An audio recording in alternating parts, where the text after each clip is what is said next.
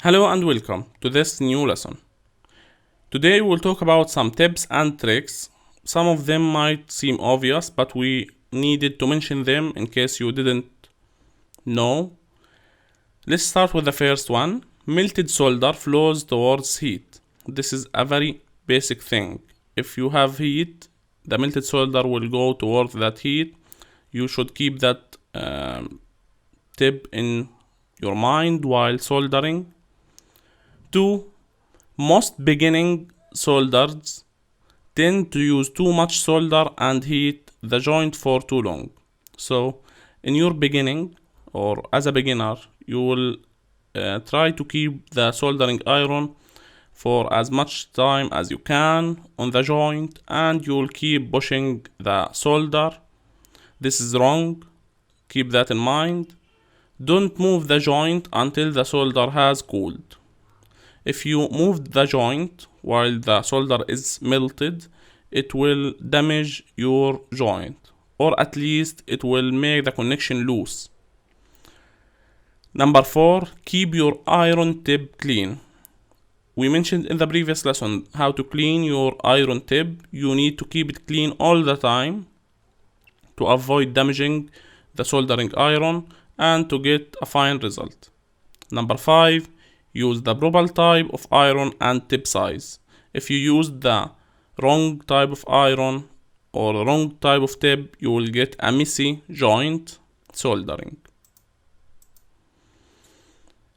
Now, another tips and tricks in troubleshooting. If either of the parts you are soldering is dirty or greasy, the solder won't take or stick to it. Desolder the joint and clean the parts before trying again. Don't solder with dirty parts. Clean, then solder. Another reason the solder won't take is that it may not be the right sort of metal. For example, you cannot solder aluminium with lead tin solder. You need to solder the right type of metal.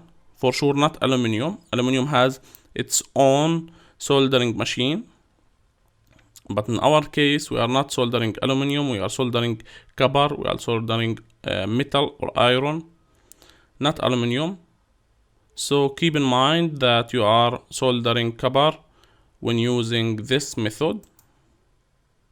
If the joint has been moved during soldering, it may look grainy or dull. It may also look like this if the joint was not heated properly while soldering. If the joint was overheated, the solder will have formed a spike and there will be burnt flux residue or leftover. You need to make sure that there is no spikes. You need to make sure not to overheat the solder and make sure that your soldering job is done correctly and efficiently. In the next lesson, we will talk about examples of bad soldering to give you an idea.